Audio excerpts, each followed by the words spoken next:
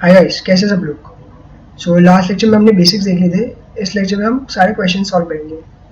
So let's get to it. हम ये वाला क्वेश्चन कर रहे थे। एक सेकेंड।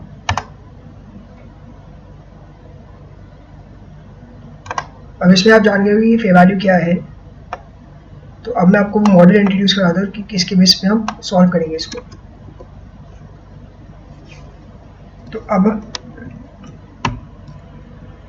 जब हम ये वाली वैल्यूज डालेंगे यहाँ पे, जैसे आप देख सकते हैं, इस टेबल को फिल करिए तो आपका खुद आंसर आ जाएगा। तो अभी हम देखेंगे कैसे करना है इसे। सो हमने फेयर वैल्यू और ग्रांटेड लिखा था 100, नंबर ऑफ ऑप्शंस 5000, तो टोटल कितना है 5 लाख। तो ये आपकी fair value. Total vesting period है 3 इयर्स, 31 मार्च 13, 1 April 2010। तो इसका डिफरेंस 3 इयर्स आता है। अब ये अनवेस्टेड ऑप्शन लैब्स क्या है। बेसिकली जब आप यहाँ पे देखिए क्वेश्चन में क्या लिखा है कि फर्स्ट ईयर के एंड में ये ABC limit expects only 91% employees to remain in employment. अभी आपके सारे एम्प्लॉइज है लेकिन दे फोर्सी कि 91% ही रहेंगे, तो हम 91% का ही एक्सपेंस लेंगे फर्स्ट ईयर के बेसिस पे। फर्स्ट ईयर में हम जो फर्स्ट ईयर के एक्सपेंस लेंगे वो लेंगे overall expense based on only 91%, क्योंकि उतने हमारे एम्प्लॉइज रहेंगे। तो जब आप यहाँ पे वैल्यूज फिल कर रहे होंगे तो ये डेटा लेगा यहाँ से।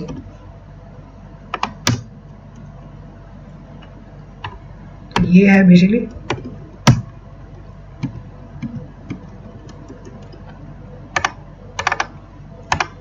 अब क्या है कि फर्स्ट ईयर में अगर आपके पास एक्चुअल ऑप्शंस है तो आप यहाँ लिख दीजिए, अगर परसेंटेज में तो आपको कैलकुलेट करना पड़ेगा।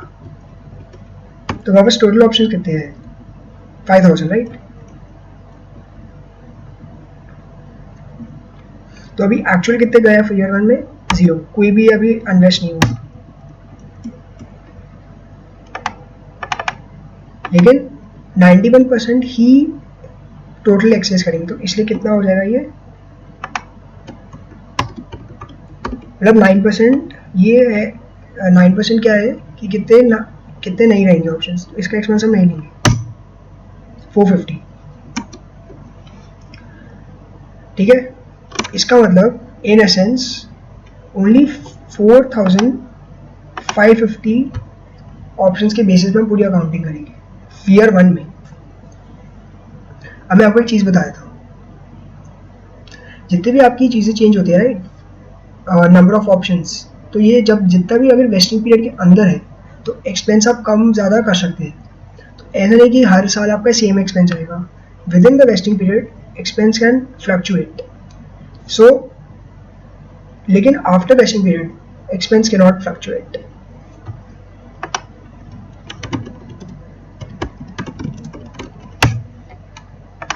विद इन वेस्टिंग पीरियड क्या होता है,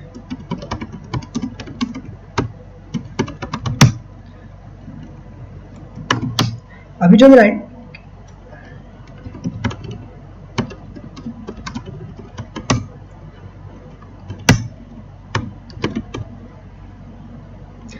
इसका मतलब क्या है, अगर मैंने एक साल में ज़्यादा एक्सपेंस ले लिया तो दूसरे साल में उसको कॉम्पनसेट कर दूंगा। सपोज एक्चुअली मैंने बोला 450 जाएंगे, सपोज 1000 चले गए, तो नेक्स्ट ईयर में ऑलरेडी एडजस्ट हो जाएगा क्योंकि फर्स्ट ईयर में कम बुक हुआ है। तो सेकेंड ईयर में क्योंकि हम देखते हैं कि अभी तक कितना होना चाहिए था एक्सपेंस, कितना हो चुका है, तो उसका डिफरेंशियल हम एक्सपेंस बुक कर देंगे तो वो अपने आप एडजस्ट हो जाएगा।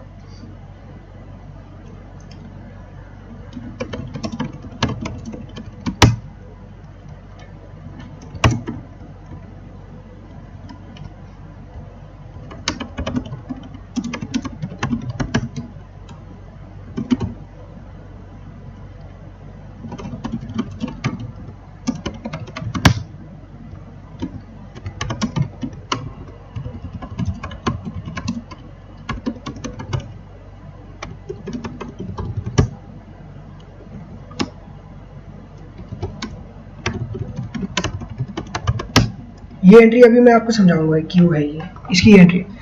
तो विद इन वेस्टिंग पीरियड्स आपका एक्सपेंस फ्लक्चुएट कर सकते हैं, आप एडजस्ट कर सकते हैं, एस्टिमेशन अलाउड होती है। आप एस्टिमेट करो कि कितने ऑप्शंस आपके सही में रहेंगे।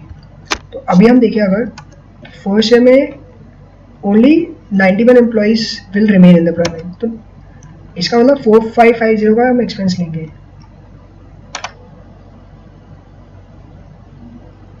अब हम इसे पढ़ेंगे। अब मेरे पास 4550 ऑप्शन है, फेयर वैल्यू उसकी 100 है, तो मैं कितना एक्सपेंस लूँगा 455 इंटू 100 डिवाइड बाई 3, क्योंकि मैं 3 साल में उसको डिवाइड करूँगा। ये बेसिकली यही फॉर्मूला है। तो मेरा अभी शेयरबेस मेरा होना चाहिए 151667, और अभी तक मैंने कोई एक्सपेंस बुक नहीं करा, इसलिए मेरा करंट ईयर में भी एक्सपेंस ही करूँगा बुक। इसकी एंट्री क्या डालूंगा मैं?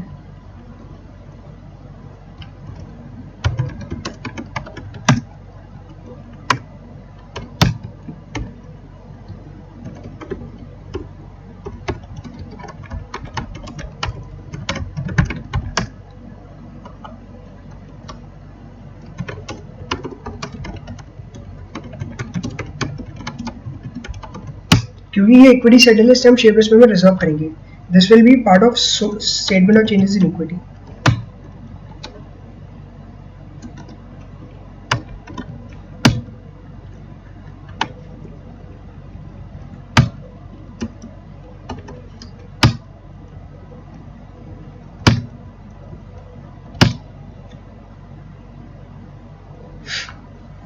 ठीक है, इसका मैं आपको फिर से समझा देता हूँ क्या है। 4550 मैं आपको नीचे एक बार इसका इस फॉर्मूला को मैं इस वाली लाइन को मैं इधर फिर से लिख देता हूँ। फर्स्ट में मैं क्या करूँगा, 4550 मेरे नंबर ऑफ ऑप्शंस है, हर एक की फेयर वैल्यू 100 है।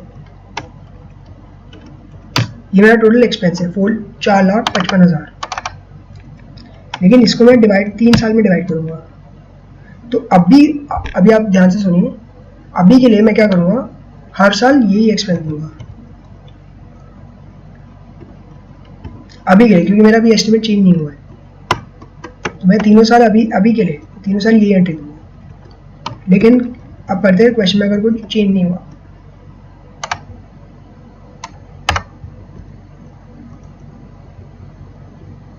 ये सबसे इंपॉर्टेंट है, इस पर मैं अभी आऊँगा। ये जो एंट्री समझाई है,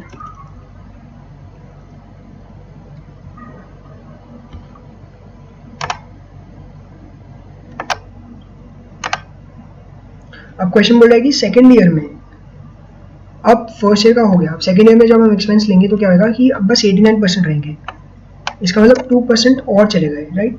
तो अब सेकेंड क्या है, एक्चुअल कितने हैं, एक्चुअल हम समझेंगे कोई नहीं गया तीनों साल में, क्योंकि अभी एक्चुअल का डेटा है नहीं। अभी हम एस्टिमेट कर रहे हैं कि 2 और जाएंगे, तो 450 कितने हैं, 9% का हमने ऑलरेडी रिडक्शन ले लिया है, तो अब 2% और लेना है बस। तो इस सेम फॉर्मूला को मैं कॉपी अगर करूँ, इसको मैं एब्सोल्यूट वैल्यू कर देता हूँ, सॉरी एक सेकेंड,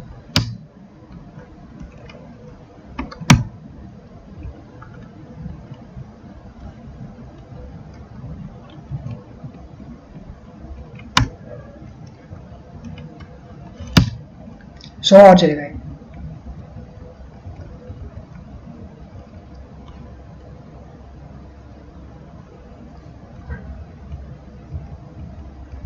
तो पहले अब मैं 4550 के बेसिस पे तीनों साल का ही लूँगा।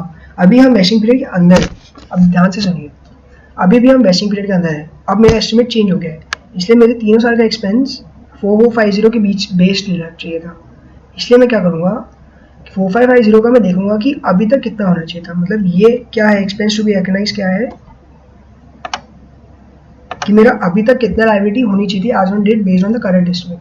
तो बेस्ड ऑन 4450 मेरा 296667 की लायबिलिटी होनी चाहिए थी। इसका मतलब मुझे 296667 का एक्सपेंस अभी तक बुक कर देना चाहिए था, लेकिन मैं ऑलरेडी कितना कर चुका हूँ 151667, तो इसलिए मैं डिफरेंशियल एक्सपेंस बुक करूँगा।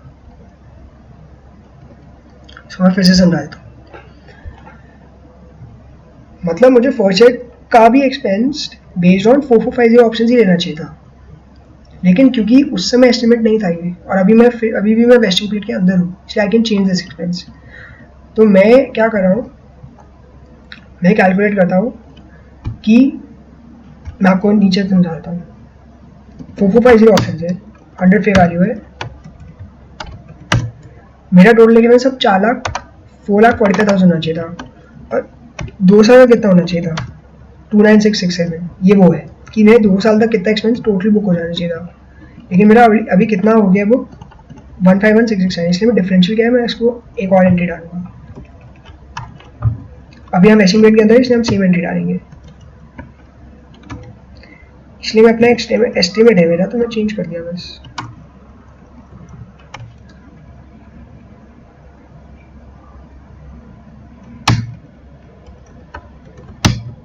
तो अभी कितना एक्सपेंस बुक हो गया हमारा 296,667 और कितना होना चाहिए था 296,667, तो हमने ट्रू अप ट्रू डाउन कर दिया, इसीलिए एक्सपेंस को ट्रू डाउन कर दिया, ट्रू अप कर दिया, सॉरी ट्रू डाउन। अब लास्ट में क्या हुआ, लास्ट में ओनली 82%। अब हम 31 मार्च 2003 में है, तो अब कितने चले गए 7% और चले गए।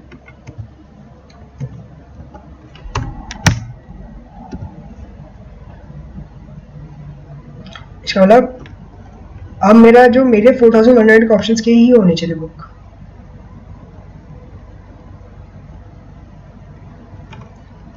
तो मेरा टोटल एक्सपेंस होना था 4,10,000, अभी तक मैं कितना बुक कर लिया था 296,667, वो कैसे आया दिस प्लस दिस, तो मैं कितना डिफरेंशियल एंट्री पास करूंगा 113,333।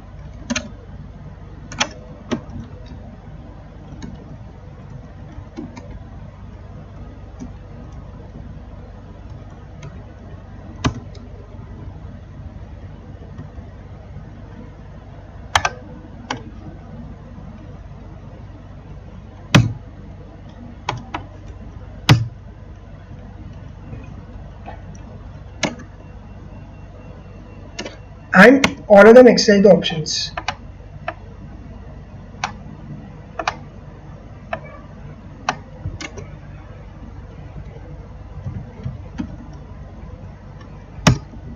अब ऑप्शन एक्सरसाइज करने की एंट्री करेगी, क्या आपको कैश मिलेगा,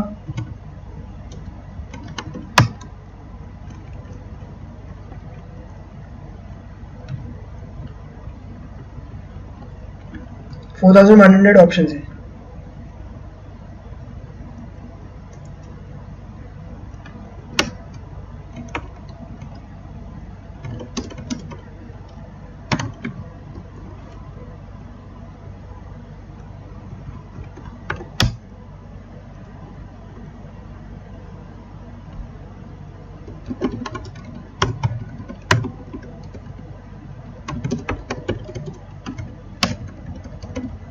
इसमें मैं अज्यूम कर लेता हूँ कि ऑप्शन एक्सरसाइज प्राइस मैं अज्यूम करता हूँ,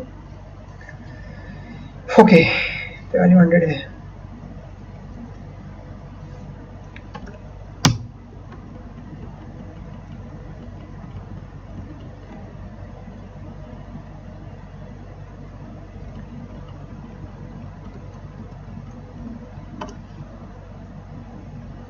इसको मैं लिंक कर देता हूँ यहाँ से।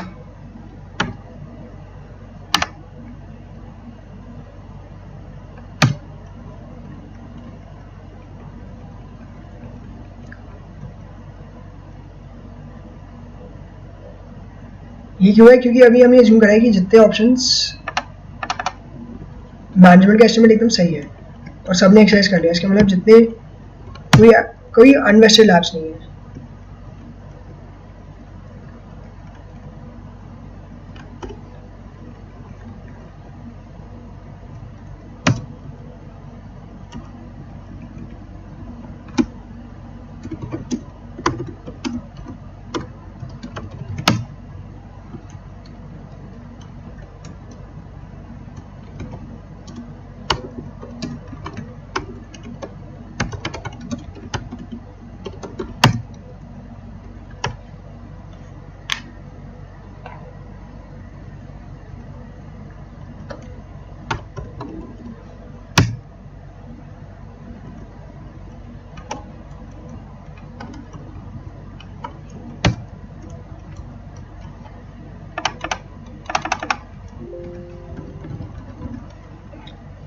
ठीक है,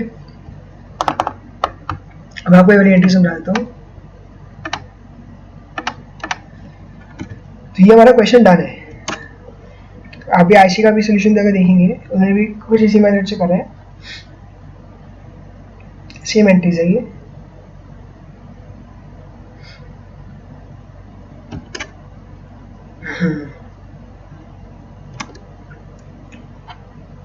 ये एंट्री उन्होंने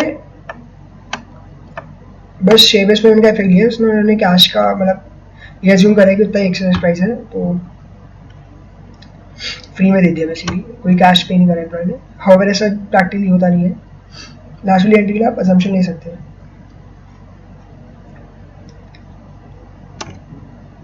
अब सपोज क्या होता, अब आप देखिए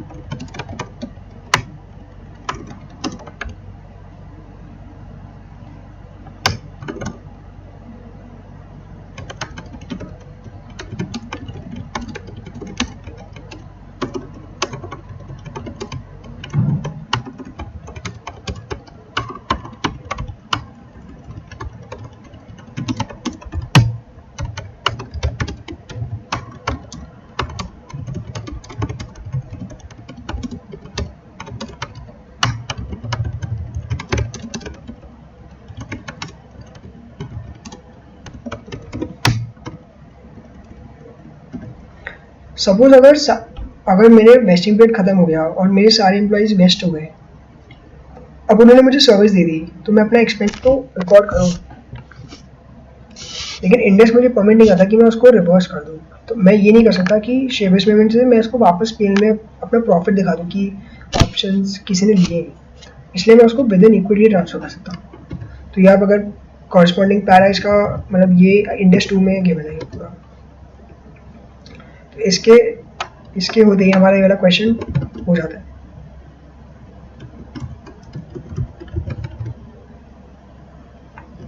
अब अगर हम फाइनेंशियल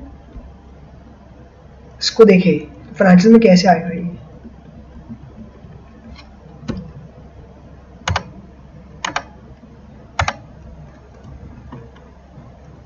तो आपको पीएल इफेक्ट कितना है,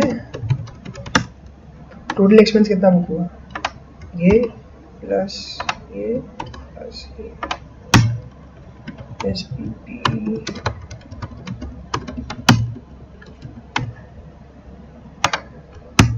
ये आपका जाएगा सोखी में,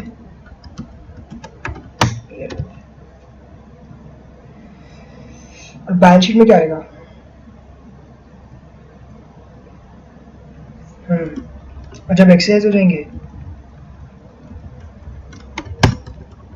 तो आपको कैश मिल जाएगा, आपकी इक्विटी बढ़ जाएगी और आपका सिक्योरिटी स्ट्रीम रिजर्व बढ़ जाएगा।